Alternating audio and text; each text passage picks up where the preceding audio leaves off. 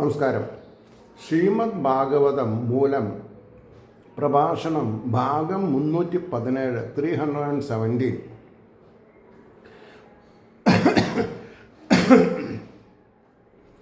ഓം gum ഗണപതയേ നമഃ. ഓം some സരസ്വതേ സ്വാഹ. ഓം ശ്രീ ഗുരുഭ്യോ നമഃ. ഓം ശ്രീ രംഗനാഥ ശർമ്മണേ നമഃ. നാരായണ നാരായണ നാരായണ നാരായണ നാരായണ നാരായണ നാരായണ നാരായണ നാരായണ നാരായണ നാരായണ. ഓം ശ്രീകൃഷ്ണാർപ്പണമസ്തു.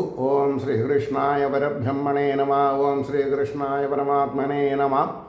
ഹരേ രാമ രാമ രാമ ഹരേ ഹരേ, ഹരേ കൃഷ്ണ കൃഷ്ണ കൃഷ്ണ ഹരേ ഹരേ.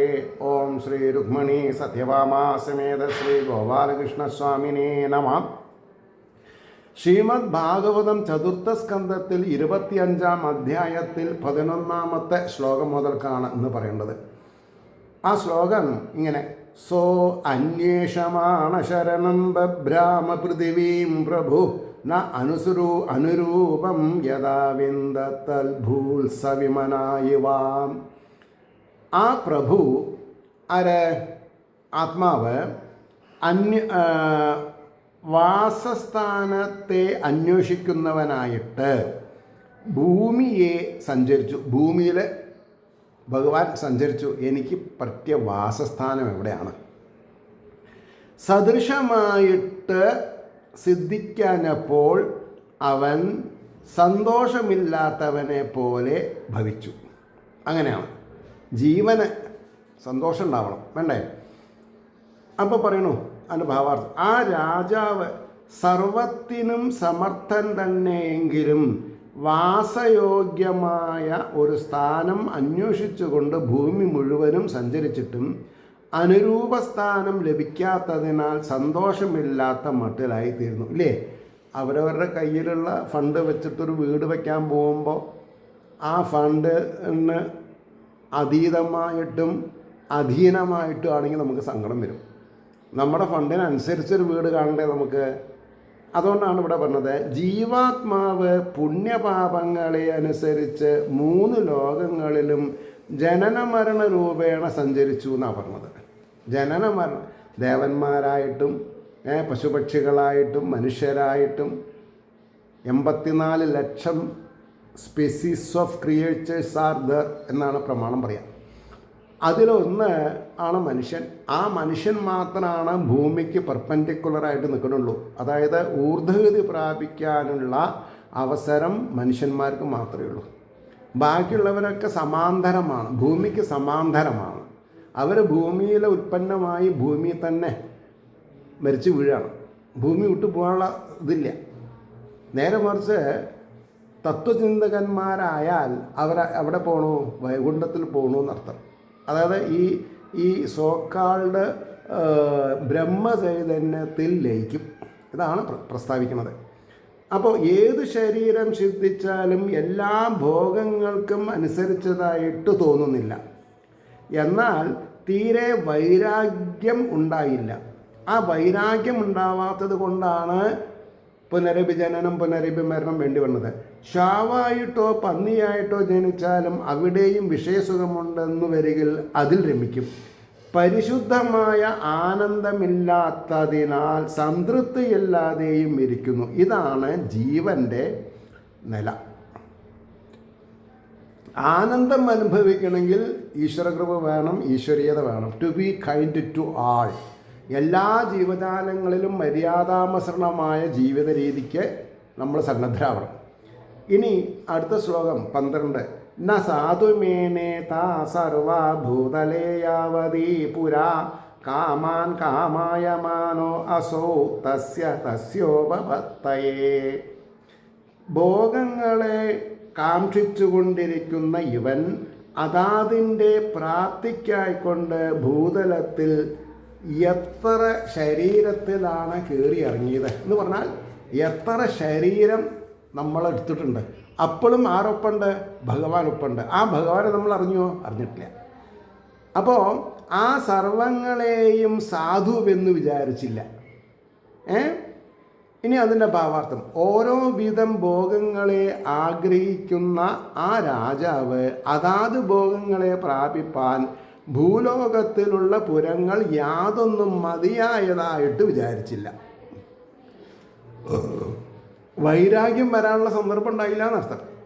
കാമാധീനനായ ജീവൻ കാമങ്ങളെ തിരസ്കരിക്കാൻ സാധിക്കണം എന്നാണ്. അതാണ് സന്യാസം. അപ്പോൾ എല്ലാവരുടെയും ജീവിതാംശത്തിൽ അതുണ്ട്, സന്യാസമുണ്ട്. ആ സന്യാസം ഉൾക്കൊള്ളാത്തത് കൊണ്ടാണ് നമ്മൾ അധപ്പതിക്കുന്നത്. അപ്പോൾ പശ്ചാതി സകല ശരീരങ്ങളിലും അതൃപ്തനായി തന്നെ ഇരുന്നു. ആഗ്രഹം തന്നെ അതൃപ്തിക്ക് കാരണം. ആഗ്രഹമാണ് എന്തിന് കാരണം? അതൃപ്തിക്ക്. ആഗ്രഹങ്ങളില്ലാതെ ഉണ്ടായാലോ ഭക്തിയായി, പരിപൂർണ ഭക്തി വൈരാഗ്യ ആയി, ഭക്തിജ്ഞാന വൈരാഗ്യത്തിൽ കൂടെ രക്ഷപ്പെടാം. അപ്പോൾ പൂർണ്ണമായ വൈരാഗ്യം വരുന്നത് വരെ, പൂർണ്ണമായ വൈരാഗ്യം ജീവൻ സംതൃപ്തിയെ അടയുകയില്ല എന്ന് സൂചിപ്പിച്ചു. ഇതാണ് ഭാഗവത ആചാര്യന്മാരുടെ കടമ. അടുത്ത ശ്ലോകം 13. സ ഏകദാ ഹിമവതോ ദക്ഷിണേശ്വദസാനുഷു ദദർശ നവഭിർദ്വാർഭി പുരം ലക്ഷിതലക്ഷണം. അനന്തരം അവൻ ഒരിക്കൽ ഹിമവാന്റെ തെക്കേ താഴ്വരകളിൽ, അതായത് ഭാരതത്തിലെ നർത്ഥം, ഹിമവാന്റെ തെക്കേ താഴ്വരയിൽ ഭാരതം 9 ദ്വാരങ്ങളോട് കൂടിയതും കാണപ്പെട്ടിരിക്കുന്ന ലക്ഷണങ്ങളോട് കൂടിയതുമായ രാജധാനിയെ കണ്ടു. അതായത് ഒരു ജന്മം എടുത്തു, മനുഷ്യൻ്റെ രൂപെടുത്തു. പല ദിക്കിലും സഞ്ചരിച്ചിട്ടും ഇഷ്ടം പോലെയുള്ള വാസസ്ഥാനം ലഭിക്കാത്തത് കൊണ്ട് അസന്തുഷ്ടനായിരിക്കുന്ന ആ രാജാവ് പിന്നെയും സഞ്ചരിച്ചു കൊണ്ടിരുന്നപ്പോൾ ഒരിക്കൽ ഹിമവാന്റെ തെക്കേ താഴ്വാരങ്ങളിൽ 9 മാർഗങ്ങളും ആഗ്രഹിച്ചിരിക്കുന്ന ലക്ഷണങ്ങളും തികഞ്ഞിരിക്കുന്നതായ ഒരു വാസസ്ഥാനം കണ്ടു എന്നാണ് പറഞ്ഞത്. അതുകൊണ്ടാണ് മോക്ഷത്തിന് ഉപായം ഭാരതത്തിൽ ജനിക്കണം എന്നാണ് പറയാൻ കാരണം. അതാണ് ദേവന്മാർ കൂടി എന്തെങ്കിലും പ്രശ്നം വരുമ്പോൾ, അപ്പോൾ യമധർമ്മ രാജാവിന് ഒരു ശാപം കിട്ടിയപ്പോഴാണ് വിതുരര് എന്ന പേരിൽ ഭൂമിയിൽ വന്ന് മനുഷ്യനായി അവതരിച്ച് വിതുരനീതി എക്സിക്യൂട്ട് ചെയ്തിട്ട് പോയത്. അപ്പോൾ ആത്മപക്ഷത്തിൽ ഹിമവാന്റെ തെക്കേ താഴ്വരകൾ എന്നത് കർമ്മക്ഷേത്രമായ ഭാരതഖണ്ഡം തന്നെ. അതാണ് ആദ്യം പറയാമെന്ന് പറഞ്ഞത്. 9 മാർഗങ്ങൾ എന്നത് മുഖത്തുള്ള 7ഉം അധോഭാഗത്തുള്ള 2ഉം കൂടെ 9 ദ്വാരങ്ങൾ. അതായത് 2 നാസാരന്ധ്രങ്ങളെ, 2 കണ്ണുകളെ, 2 ചെവി, 1 വായ, താഴത്തേക്ക് പോരുണ്ടെങ്കിൽ മലമൂത്ര വിസർജനത്തിന് ഉപയോഗിക്കുന്നത്. അങ്ങനെയാണ് 9 എന്ന് പറഞ്ഞത്. 2, 2, 4, 2, 6, 1, 7, 2, 9. ഈ നവദ്വാരപുരാധീശ, ഈ നവദ്വാരങ്ങളുള്ള പുരത്തിന് അധീശനാരാ? ചൈതന്യമാണ്. ആ ചൈതന്യം ഇറങ്ങിപ്പോയാലോ ഈ ശരീരം ഒന്നിനും കൊള്ളാതെ ഉണ്ടായി. ഇതറിയാതെ കണ്ട് നമ്മൾ തെക്കോട്ടും വടക്കോട്ടും പടിഞ്ഞാട്ടും കിഴക്കോട്ടും ഓടി അലഞ്ഞിട്ട് എന്താ കാര്യം? അപ്പോൾ പറഞ്ഞു, പിന്നെ അപ്പോൾ ലക്ഷിത ലക്ഷണ എന്നത് ഇഹത്തിലും പരത്തിലുമുള്ള സുഖങ്ങളെ സമ്പാദിപ്പിക്കുവാൻ ഉപകരിക്കുന്ന ജ്ഞാനം ഉണ്ടാകുവാൻ അവകാശപ്പെട്ടിരിക്കുന്ന മനുഷ്യ ശരീരം. ജ്ഞാനം ഉണ്ടാവാനുള്ള അവകാശം ആർക്കുണ്ട്? മനുഷ്യ ശരീരത്തിനുണ്ട്. പക്ഷേ പഠിക്കാൻ സാധിക്കണില്ല നമുക്ക്. കാരണം എന്താ? പരമ്പരയായിട്ട് ചെയ്തുകൊണ്ടിരിക്കുന്ന ദോഷവശങ്ങളാണ് നമ്മളെ ഈശ്വരനിൽ നിന്ന് അകറ്റണത്. ആ ഈശ്വരനെ അറിയണമെന്നുണ്ടെങ്കിൽ എന്തെങ്കിലും ദീനങ്ങൾ നമ്മൾക്ക് ഉണ്ടായിരിക്കണം. അതുകൊണ്ടാണ് ഭഗവാൻ ദീനബന്ധു എന്നൊക്കെ പേര് വന്നിട്ടുള്ളത്. അപ്പോൾ പശ്ചാതി ബഹുജന്മങ്ങൾ കഴിഞ്ഞ ശേഷം ജീവന് മനുഷ്യ ശരീരം ലഭിക്കുന്നുവെന്ന് സാരം. എന്തിന്? ഈ വിചാരധാരകളിൽ നിന്ന് വികാരം കൊള്ളാതെ കണ്ട്, ഇന്ദ്രിയ ജടിലമായ കാര്യങ്ങളിൽ താല്പര്യമില്ലാതെ കണ്ടായിട്ട് ശാശ്വതമായ അനശ്വരമായ തൻ്റെ ഉള്ളിൽ വിരാജിക്കുന്ന ചൈതന്യത്തെ അറിഞ്ഞ് ആ ചൈതന്യമായി തീരാനുള്ള ഒരു വിദ്യയാണ് ഈ പറഞ്ഞുള്ളത്, പരാഭക്തി എന്ന് പറയുന്നത്. 14ാമത്തെ ശ്ലോകം. പ്രകാരോപവനാട്ടലാപരിഗൈരക്ഷതോരണേ സ്വർണരൗപ്യായസേ ശൃംഗൈ സങ്കുലാം സർവതോ ഗൃഹൈ. അതായത് പ്രാകാരങ്ങൾ, ഉപവനങ്ങൾ, അതായത് ഒരു വീടിന് എന്തൊക്കെ വേണം അതൊക്കെയാണ്. നടക്കാനുള്ള സ്ഥലങ്ങൾ വേണം, ഇരിക്കാനുള്ള സ്ഥലം വേണം, കിടപ്പുമുറികൾ വേണം. അപ്പോൾ പ്രാകാരങ്ങൾ, ഉപവനങ്ങൾ, അട്ടലങ്ങൾ, അന്നം കഴിക്കേണ്ട സ്ഥലം, കുളിമുറി, അല്ലേ, അങ്ങനെ ടോയ്ലറ്റ്. അപ്പോൾ പരികങ്ങൾ ഇവയോടും അക്ഷരങ്ങൾ, തോരണങ്ങൾ ഇവയോടും സ്വർണം, വെള്ളി, ഇരുമ്പ് ഇവ കൊണ്ടുണ്ടാക്കിയിട്ടുള്ള കൊടുമുടികളോടുകൂടിയ, അതായത് നമ്മുടെ അംഗപ്രത്യംഗങ്ങളിൽ എന്തെല്ലാം ആഭൂഷണങ്ങൾ ഇട്ടിട്ട് അതിനൊക്കെ കൊടുമുടി എന്നുള്ള നിലയിലാണ് പറയുന്നത്. 4 ഭാഗത്തുമുള്ള ഗൃഹങ്ങളോടുകൂടിയതും തിങ്ങിയിരിക്കുന്നതുമായിരിക്കുന്നു, ഇല്ലേ. ഈ മൂക്കും കണ്ണും ചെവിയും വായും കൂടിയിട്ട് തിങ്ങിയിട്ടല്ലേ ഇരിക്കണത്.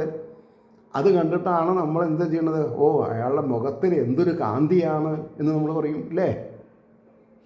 അപ്പോൾ പറഞ്ഞു, ആ പുരത്തെ വർണ്ണിക്കുകയാണ് ചെയ്യുന്നത്. എങ്ങനെ?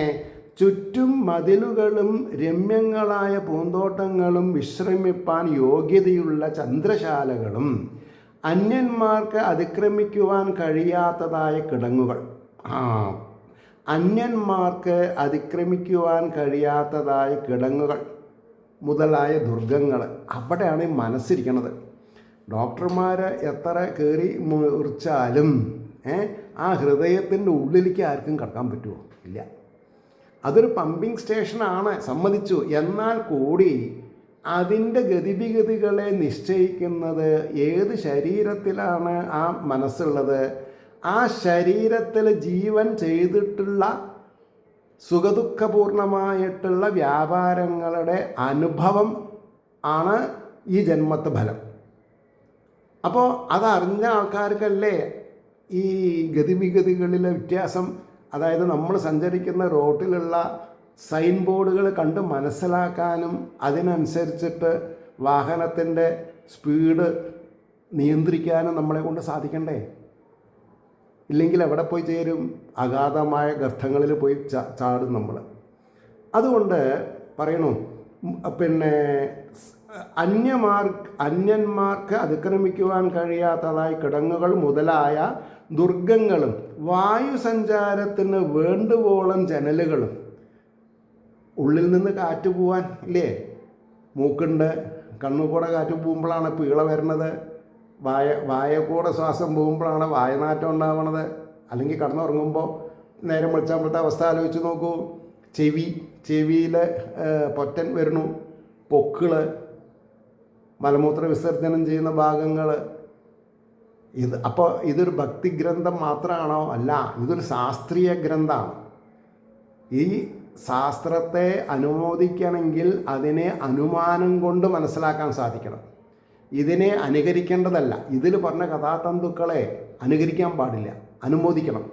അനുമോദിക്കണമെന്നുണ്ടെങ്കിൽ ശാസ്ത്രം അറിയണം. ഭഗവാൻ ഉവാച, ഭഗവാനെ പറ്റി പറഞ്ഞതും ഭഗവാനാൽ പറയപ്പെട്ടതുമായ തത്വങ്ങളെ സ്വന്തം ജീവിതത്തിലേക്ക് പ്രയോഗശാസ്ത്രത്തിൽ കൊണ്ടുവരാത്തോടത്തോളം കാലം ഇതിൽ നിന്ന് നമ്മൾക്ക് അനുഭൂതിയാകുന്ന അമൃത് അനുഭവിക്കാൻ സാധിക്കില്ല. അപ്പോൾ മനോഹരങ്ങളായ തോരണങ്ങളും സ്വർണം, വെള്ളി, ഇരുമ്പ് ഇവ കൊണ്ടുണ്ടാക്കിയിട്ടുള്ള താഴികക്കുടങ്ങളുമുള്ള ഗൃഹങ്ങൾ കൊണ്ട് 4 ഭാഗവും നിറഞ്ഞിരിക്കുന്നതുമായിരിക്കുന്നു ആ വാസസ്ഥാനം എന്ന് പറഞ്ഞു.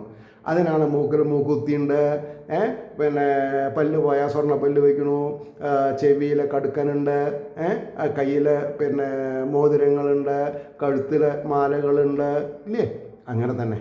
അപ്പോൾ ശരീരാവയവങ്ങളെ തന്നെ പ്രാകാരാദികളായിട്ട് വർണ്ണിച്ചിരിക്കുന്നു. അഹങ്കാരാദി ഭാവങ്ങൾ ജീവനെ മറയ്ക്കുന്നവരാകയാൽ മതിലുകൾ, അനുഭവയോഗ്യങ്ങളായ ശബ്ദാദി വിഷയ സമൂഹങ്ങൾക്ക് പൂന്തോട്ടങ്ങൾ, ഉയർന്ന സ്ഥാനമായ മുഖം അട്ടാളം, നിഷേധിക്കപ്പെട്ട വിഷയങ്ങൾ തന്നെ സഞ്ചാരത്തെ നിരോധിക്കുന്ന കിടങ്ങ മുതലായ ദുർഗങ്ങൾ, വെളുത്തും തുടുത്തും കറുത്തും ഇരിക്കുന്ന ധാതുക്കളടങ്ങിയ ശരീരാവയവങ്ങൾ തന്നെ കൊടുമുടികൾ, ഇന്ദ്രിയദ്വാരങ്ങൾ, വായുസഞ്ചാരോചിതങ്ങളായ ജനലുകൾ, നിരനിരയായി കാണപ്പെടുന്ന രോമരാജി, ദന്തനിര എന്നിവ തോരണങ്ങൾ, മൂലാധാരം, സ്വാധിഷ്ഠാനം, മണിപൂരകം, അനാഹതം, വിശുദ്ധി, ആജ്ഞാ ചക്രങ്ങൾ എന്നിങ്ങനെയുള്ള ജീവസ്ഥാനങ്ങൾ, നാലുപാടുമുള്ള ഭവനങ്ങൾ, ഇങ്ങനെ ശരീരഭാഗങ്ങളെ ഇവിടെ സൂചിപ്പിച്ചിരിക്കുന്നു എന്നാണ് പറഞ്ഞത്. അപ്പോൾ ഈ പേജ് നമ്പർ 531 ശരീരം വളരെ മറ്റുള്ളവർക്ക് പറഞ്ഞു കൊടുക്കാൻ ഈസിക്ക് വേണ്ടിയിട്ടാണ് ഈ പേജ് നമ്പർ ഇടുന്നത്, മനസ്സിലായില്ലേ? ഇനി 15ാമത്തെ ശ്ലോകം പറയണു. നീലസ്ഫടികവൈഡൂര്യമുക്താമരകദാരുണേ ക്ലപ്തഹർമ്മ്യസ്ഥലീം ദീപ്താം ശ്രിയാ ഭോഗവതീം യുവാം. നീലം, സ്ഫടികം, വൈഡൂര്യം, മുത്ത്, മരതകം, മാണിക്യം മുതലായ രത്നങ്ങൾ പതിച്ചിട്ടുള്ള ഹർമ്മ്യസ്ഥലത്തോടു കൂടിയതും ശോഭയുടെ ആധിക്യത്താൽ നാഗങ്ങളുടെ പുരിയായ ഭോഗവതിയോ, ശ്വാസങ്ങളെയാണ് നാഗങ്ങളായിട്ട് പറഞ്ഞത്, ഭോഗവതിയോ എന്ന് തോന്നുമാറിയിരിക്കുന്നതുമായിരുന്നു എന്ന് പറഞ്ഞു. ഇനി അതിനെയാണ് ഡീറ്റെയിൽ ആയിട്ട് പറഞ്ഞത്. ശരീരപക്ഷത്തിൽ രത്നങ്ങളുടെ, സ്വർണങ്ങൾ പോലെയുള്ള നാഡികൾ നിറഞ്ഞിരിക്കുന്നതെന്നും ഹർമ്മ്യത്തിൻ്റെ സ്ഥാനത്തിൽ ആ വക നാഡികളുടെ കേന്ദ്രസ്ഥാനങ്ങളായ ഹൃദയം, പുരികങ്ങളുടെ മധ്യം എന്നും സൂചിപ്പിച്ചു. ഭോഗവതിയും ഇവ ഭോഗങ്ങൾ തികഞ്ഞിരിക്കുന്നതോ എന്നും തോന്നും എന്നർത്ഥത്താൽ സകല ഭോഗങ്ങൾക്കും സമുചിത സ്ഥാനമാണ് ഈ ദേഹമെന്ന് തോന്നും എന്നല്ലാതെ ഇതിലും പരമ തൃപ്തിക്ക് അവകാശമില്ലെന്ന് സൂചിപ്പിച്ചു. ഈ ശരീരത്തിൽ നിന്ന് കിട്ടുന്ന സുഖം നശ്വരമാണെന്നും അല്പമാണെന്നും, നേരെ മറിച്ച് കാണപ്പെടാത്ത ഹൃദയഗഹ്വരത്തിൽ നിവസിക്കുന്ന ഈശ്വരീയ ചൈതന്യത്തിൻ്റെ പ്രഭാവം അനശ്വരമാണെന്നും അത് ആനന്ദമാണെന്നും അത് നശിക്കാത്തതാണെന്നും തോന്നിക്കഴിഞ്ഞാൽ ജീവിതം പോസിറ്റീവായി, ഇല്ലെങ്കിലോ എപ്പോഴും ജീവിതം നെഗറ്റീവായിട്ട് തീരും. അപ്പോൾ അടുത്ത ശ്ലോകം ശ്രദ്ധിച്ചോളൂ. 16ാമത്തത്. സഭാ ചത്വരരഥ്യാഭിരാ ക്രീഡായതനാപനേ ചൈത്യധ്വജപാതാകാഭിര്യുക്താം വിദ്രുമവേദിഭി. ഇതാണ് ശ്ലോകം. അതിൻ്റെ വാക്കാർത്ഥം പറയുമ്പോൾ രാജധാനിയിൽ രാജസഭയ്ക്ക് ഉചിതമായ സ്ഥാനം, ഉമ്മറത്ത് വിസ്താരമുള്ള മുറ്റം, സഞ്ചാരയോഗ്യമായ പാത, കളിപ്പാൻ യോഗ്യമായ സ്ഥാനം, കച്ചവടത്തിനുചിതമായ സ്ഥാനങ്ങൾ, ഈശ്വരാരാധനയ്ക്ക് മതിയായ പരിശുദ്ധ സ്ഥാനങ്ങൾ, കൊടികൾ, കൊടിക്കൂറകൾ എന്നിവയും പവിഴക്കല്ലുപടുത്തിരിക്കുന്ന കോലായകളും ഉണ്ടായിരുന്നു എന്ന് വ്യംഗ്യഭാഷയിൽ പറഞ്ഞു. അതെങ്ങനെയാണ് ശരീരശാസ്ത്രമായിട്ട് തട്ടിമുട്ടി നോക്കുക, അതാണ് ഇനി ചെയ്യാൻ പോകുന്നത്. കഥാസംബന്ധമായ അർത്ഥം സ്പഷ്ടമാണല്ലോ. ആത്മസംബന്ധമായ കാര്യം സമാസോക്തി അലങ്കാര രൂപേണ ധരിക്കത്തക്കത് തന്നെ. രാജാവ് എന്ന് പറഞ്ഞത് ജീവാത്മാവാണ്. എന്നിട്ടോ അദ്ദേഹത്തിൻ്റെ ഇരുന്ന് കാര്യാദികൾ നടത്തുവാനുള്ള സഭ എന്നത് അന്ധക്കരണം, അതായത് മനസ്സ്, ചിത്തം, അഹങ്കാരം, ബുദ്ധി, ആ നാലും കൂടിയാണ് അന്ധക്കരണം എന്ന് പറഞ്ഞത്. ചത്വരം എന്നത് 4 ഭാഗത്തേക്കും തിരുവാനുള്ള സ്ഥലം ഇല്ലേ? നമ്മൾക്ക് 4 ഭാഗം റൗണ്ട് ചെയ്യാൻ പറ്റും. താലുവിൻ്റെ അധോഭാഗത്ത് മുഖദ്വാരം, വായ, നാസികാദ്വാരം, നയനദ്വാരം, കർണദ്വാരം എന്ന 4 മാർഗങ്ങൾ ഉള്ളിലേക്ക്. ചെവി കൂടിയും പോവാം, കണ്ണുകളെ കൂടെ പോവാം, മൂക്ക് കൂടെ പോവാം, വായ കൂടെ പോവാം. ജീവമഹാരാജാവിന് സഞ്ചരിപ്പാൻ യോഗ്യങ്ങളായിട്ടുണ്ട്. അതിനെയാണ് 4 കൂടിയ പാത എന്ന് നിശ്ചയിച്ചത്. ആപണം വ്യാപാര സ്ഥലം, ജീവൻ്റെ വ്യാപാരങ്ങൾ നടത്തുവാനുള്ള സ്ഥലം മനോഗോളകമാകയാൽ അതിനെ ആപണമായി കൽപ്പിച്ചു. അതിനെ ആർക്കും കാണാൻ പറ്റില്ല, ഗുഹ്യമാണ്. ഗുഹ്യം, ഗുഹ്യതരാൽ ഗുഹ്യം എന്നൊക്കെ പറയും ഇല്ലേ? അപ്പോൾ മനോഗോളങ്ങൾ, മനോവ്യാപാരങ്ങൾ എന്നൊക്കെ പറയും. ചൈത്യം എന്നത് വിശ്രമസ്ഥാനമായ ചിത്തമധ്യം, ധ്വജം ഉയർത്തി നാട്യ സ്തംഭം. ഭഗവാനെ ഗണിക്കാതിരിക്കുന്ന അഹങ്കാരരൂപമായ വൃത്തിവിശേഷത്തെ ധ്വജമെന്നും അതിനെ ആശ്രയിച്ച് നിൽക്കുന്ന അവിദ്യ, അസ്മിത, രാഗം, ദ്വേഷം, അഭിനിവേശം എന്ന 5 വിധം ക്ലേശഹേതുക്കളായ വൃത്തികളെ കൊടിക്കൂറകളെന്നും കൽപ്പിച്ചു. പവിഴക്കല്ലുകൾ പതിച്ച കോലായികൾ ജീവന്റെ സഞ്ചാര സമയത്തിൽ അവിടെവിടെ വസിപ്പാനുള്ള മൂലാധാരാദി സ്ഥാനവിശേഷങ്ങൾ എന്നും കൽപ്പിച്ചിരിക്കുന്നു. ഇങ്ങനെ ജീവമഹാരാജധാനിയായ ശരീരത്തിൻ്റെ സാമാന്യ രൂപത്തെ വിവരിച്ചു എന്നാണ് പറഞ്ഞത്. ഇനി 17, 18, 19, 20 4 ശ്ലോകങ്ങൾ ഒന്നായിട്ട് പോകും. അതോടുകൂടി നമുക്ക് ഈ എപ്പിസോഡ് അവസാനിപ്പിക്കാം എന്ന് വിചാരിക്കണം. 17ാമത്തെ ശ്ലോകം. പുര്യാസ്തു ബാഹ്യോപവനേ ദിവ്യദ്രുമലതാകുലേ നദദ്ദിഹങ്കാളികുലകോലാഹലജലാശയേ ഹിമനിർധര വിപ്രോഷ്മ കുസുമാകരവായുന ചലത് പ്രവാളവിടപ നളിനീ തടസമ്പതി നാനാരണ്യമൃഗവ്രാതൈരനാഭാതേ മുനിവ്രതേ ആഹൂതം മന്യതേ പന്ഥോ യത്ര കോകിലകൂചിതേ. ലാസ്റ്റ് 20ാമത്തെ ശ്ലോകം. യദൃച്ഛയാ ആഗതാം തത്ര ദദർശ പ്രമദോത്തമാം വൃത്തിദർശിഭിരായാന്തി ഏകൈകശതനായകൈ. ഇങ്ങനെ 4 ശ്ലോകങ്ങളാണ് ഇവിടെ പറയപ്പെട്ടുള്ളത്. അതിൻ്റെ 4ൻ്റെയും വാക്കാർത്ഥം ആദ്യം പറയാം. എന്താ? ശബ്ദിക്കുന്ന പക്ഷികൾ, വണ്ടുകൾ ഇവയുടെ സംഘത്തിൽ നിന്നുണ്ടാകുന്ന കോലാഹലം മുഴങ്ങുന്ന കുളങ്ങളോടുകൂടിയതും മഞ്ഞുരുകി ഉണ്ടാകുക നദികളിൽ നിന്ന് തുള്ളികളുടെ സമ്പർക്കത്തോടുകൂടിയ പുഷ്പങ്ങളിൽ തട്ടി വീശുന്ന വായുവിനോടുകൂടിയതും ഇളകുന്ന തളിരുകളോടുകൂടിയ കൊമ്പുകളാൽ നിബിഡമായ വൃക്ഷങ്ങൾ തീരത്തുള്ള തടാകത്തിൻ്റെ ശോഭയോടുകൂടിയതും മൗനവ്രതം ദീക്ഷിച്ചിരിക്കുന്ന അനേകവിധ കാട്ടുമൃഗങ്ങളുടെ സംഘങ്ങളാൽ ബാധയില്ലാതിരിക്കുന്നതും ഇല്ലാതിരിക്കുന്നതും യാതൊന്നിൽ കുയിൽനാദങ്ങളാൽ വഴിപോക്കൻ തന്നെ വിളിക്കുന്നുവെന്ന് വിചാരിക്കുന്നുവോ. അതാണ്, തന്നെ ആരോ വിളിക്കുന്നുണ്ടെന്ന് തോന്നൽ വരുന്നുണ്ട്, പക്ഷെ ആരാന്ന് മനസ്സിലാവണില്ല.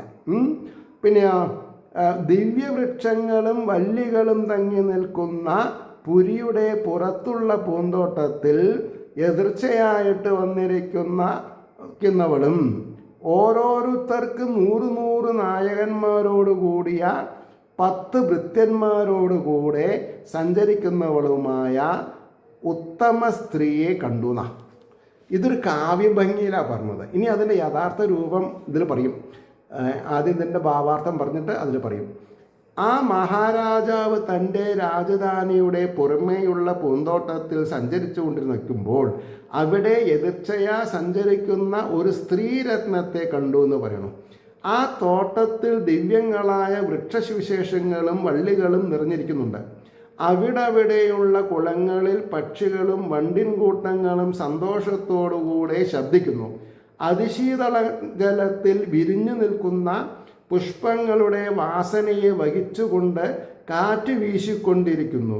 ഇളകുന്ന തളിരുകളോടുകൂടിയ വൃക്ഷശാഖകൾ അന്യോന്യം യോജിച്ച് നിബിഡമായി തിങ്ങി നിൽക്കുന്നത് കൊണ്ട് വിശ്രമിപ്പാൻ നല്ല നിഴലുള്ളതായും ഇരിക്കുന്നു. അനേകം കാട്ടുമൃഗങ്ങൾ ഉണ്ടെങ്കിലും അവ ഉപദ്രവിക്കുന്ന സ്വഭാവമില്ലാത്തവയാകയാൽ സഞ്ചരിക്കുന്നതിന് യാതൊരു തടസ്സവുമില്ല.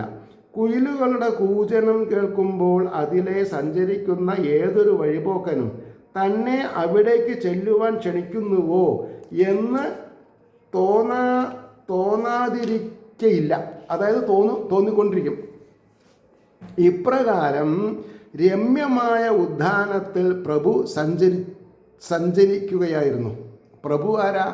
ആത്മാവ്. അപ്പോൾ അവിടെ ഒരു സ്ത്രീരത്നവും വന്നിരിക്കുന്നതായിട്ട് കണ്ടു. അവളുടെ കൂടെ 10 ഭൃത്യന്മാരുണ്ട്. അവരെ ഓരോരുത്തരെയും വേണ്ടതുപോലെ നടത്തുവാൻ അനേകം നായകന്മാരും ഒരുമിച്ചുണ്ട്. ഇവളെ രാജാവ് കണ്ടു. എന്ന് പറഞ്ഞാൽ ഒന്ന് ശരീരവും ആ ശരീരാന്തർഗതമായിട്ടുള്ള ആത്മാവും തമ്മിലുള്ള കഥാഗോളങ്ങളാണ് ഇപ്പോൾ നടന്നുകൊണ്ടിരിക്കുന്നത്. ഇനി ആത്മപക്ഷത്തിൽ എന്താണ് സംഭവിക്കുന്നത് എന്നറിഞ്ഞിട്ട് നമുക്ക് നിർത്താം. മായാകാര്യഭൂതയായ ബുദ്ധിയെ ഇവിടെ സ്ത്രീയായിട്ട് കൽപ്പിച്ചിരിക്കുന്നു. മായാകാര്യഭൂതയായ ബുദ്ധിയെ, സദ്ബുദ്ധീനല്ല, പരാബുദ്ധീനല്ല. അപ്പോൾ ഇവിടെ നിസ്ത്രീയായിട്ട് കൽപ്പിച്ചിരിക്കുന്നു. ഇതിൻ്റെ സംബന്ധ നിമിത്തം ജീവന് ശരീരത്തിൽ ഞാനെന്നും അർത്ഥാദികൾ എൻ്റേതെന്നും എന്നും ഭാവമുണ്ടാകുന്നു. ഇതു നിമിത്തം സംസാരബന്ധം ഭവിക്കുന്നു എന്നാണ് ഇവിടെ സൂചിപ്പിച്ചിരിക്കുന്നത്. രൂപരസാദി ഭാവങ്ങൾക്ക് ആശ്രയമായിരിക്കുന്ന സ്രക്ചന്ദന വനിതാദികളെ വൃക്ഷാദികളായിട്ടും അവരോടുള്ള സംബന്ധം സന്തോഷമായിരിക്കുന്നതിനെ തന്നെ പക്ഷികളുടെ ശബ്ദാദികളായിട്ടും വർണ്ണിച്ചിരിക്കുന്നു. മഞ്ഞുരുകി ഒഴുകുന്ന നദിയെ രസമായിട്ടും പുഷ്പത്തെ ഗന്ധമായിട്ടും വായുവിനെ സ്പർശമായിട്ടും തടാകാദികളെ രൂപമായിട്ടും കൽപ്പിച്ചിരിക്കുന്നു. ഈ വക വിഷയങ്ങളുടെ സംയോഗം സകല ജീവികളെയും വ്യാമോഹിപ്പിക്കുന്നുവെന്ന് കാണിപ്പാൻ അതിലെ സഞ്ചരിക്കുന്ന വഴിപോക്കൻ തന്നെ ക്ഷണിക്കുന്നുവോ എന്ന് നിരൂപിക്കുന്നുവെന്ന് വർണ്ണിക്കുന്നു. ഇതൊരു തോന്നലാണ്. ഈ തോന്നലാണ് മായയ്ക്ക് അടിമയായി തീരാനുള്ള വാസനയായിട്ട് മാറുന്നത്. ബുദ്ധിവൃത്തിയെ അനുസരിച്ച് നടക്കുന്ന 10 ഇന്ദ്രിയങ്ങളെ ഭൃത്യന്മാരെന്ന് കൽപ്പിച്ചു. മനസ്സോടുകൂടെ 11 ഇന്ദ്രിയങ്ങളെന്ന് ധരിക്കണം. ഓരോ ഇന്ദ്രിയങ്ങളുടെയും വൃത്തികൾ നാനാമുഖങ്ങളായിരിക്കുന്നതിനെ കാണിപ്പാനാണ് അവർക്ക് ഓരോരുത്തർക്കും 100 നായകന്മാരുണ്ട് എന്ന് പറഞ്ഞിരിക്കുന്നത്. ഇങ്ങനെ യഥോചിതം ശബ്ദാദി വിഷയങ്ങളെയും ശ്രോത്രാദികളായ ഇന്ദ്രിയങ്ങളെയും അനുസരിച്ച് വ്യാപരിക്കുന്ന ബുദ്ധിവൃത്തിയാകുന്ന സ്ത്രീയോടുകൂടെ ജീവന് സംസാരബന്ധമുണ്ടായി എന്നും സ്വരൂപമായ ആനന്ദത്തിൽ നിന്ന് പുറത്തേക്ക് വന്നതാണ് ഈ സംബന്ധത്തിന് കാരണമെന്നും കാണിപ്പാനാണ് ഉപവനം എന്ന് സ്ഥാനം നിർദ്ദേശിച്ചത് എന്ന് പറയണം. അപ്പം നമ്മൾ എപ്പോഴും ആത്മാരാമത്തിൽ ഇരിക്കുകയാണെന്നുണ്ടെങ്കിൽ ഈ പ്രശ്നം ഉണ്ടാവില്ല. ആത്മാവിനെ തിരസ്കരിച്ചിട്ട് ബാഹ്യമായ സുഖത്തിൽ രതി ഉണ്ട് എന്ന് നമ്മൾ തെറ്റിദ്ധരിക്കുന്നു. അതിന് കാരണം ഭഗവാന്റെ മായയാണ്. സത്യത്തിൽ അത് നശ്വരമാണ്, അതിന് സ്ഥായിയായിട്ടുള്ള ഉണ്മയില്ല. ഇത്രയും മനസ്സിലാക്കിയാൽ ഒരാൾ ഭാഗവതത്തെ കൈവിടില്ല. ഭഗവത് കഥകളിൽ കൂടി പറയുന്ന ഉപദേശങ്ങളെ ഉൾക്കൊണ്ട് ജീവിക്കുന്ന ഒരു വ്യക്തിക്ക് ആനന്ദം, പരമാനന്ദം, ചിന്മയാനന്ദം എന്നുള്ള നിലയിൽ യഥോരാജ തഥോ പ്രജ എന്നും പറയാം. സ്ഥിരപ്രജ്ഞ, സ്ഥിതപ്രജ്ഞ, തൻ്റെ സ്വന്തം ബുദ്ധിയിൽ സ്ഥിരമായിട്ട് ഉറച്ചിരിക്കാൻ സാധിക്കണം. ഇല്ലെങ്കിൽ എന്തു പറ്റും? പലതരത്തിലുള്ള അപകടങ്ങളിൽ നമ്മൾ പോയി വീഴും. അത് വീഴാതെ കണ്ടിരിക്കാനാണ് നമ്മുടെ ഏറ്റവും സുഹൃത്തായിരിക്കുന്ന എല്ലാ ജന്മത്തിലും നമ്മളെ അറിയുന്ന ആ ചൈതന്യത്തിൽ നമുക്ക് രമിക്കാൻ സാധിക്കണമെന്ന് പറഞ്ഞത്. ആ ചൈതന്യം തന്നെയാണ് ശ്രീമൻ നാരായണൻ എന്ന് പറഞ്ഞത്, അല്ലെങ്കിൽ സാക്ഷാൽ ശ്രീഹരി മഹാവിഷ്ണു എന്ന് പറയുന്നത്. അങ്ങനെ ഇരിക്കുന്ന ആ ഭഗവാന്റെ അനുഗ്രഹ ആശസ്സുകൾ നമ്മൾക്ക് ഓരോരുത്തർക്കും പരമാവധി സത്കർമ്മങ്ങൾ ചെയ്ത് സമ്പാദിക്കുമാറാകട്ടെ എന്നും നമ്മുടെ ഓരോരുത്തരുടെയും പ്രാർത്ഥനകൾ ലോകാസമസ്ത സുഖിനോ ഭവന്തു ആയിരിക്കട്ടെ എന്നും സ്മരിച്ചുകൊണ്ട് വാക്കുകൾ ഉപസംഹരിക്കുന്നു. നമസ്കാരം. നാളെ കാണാം.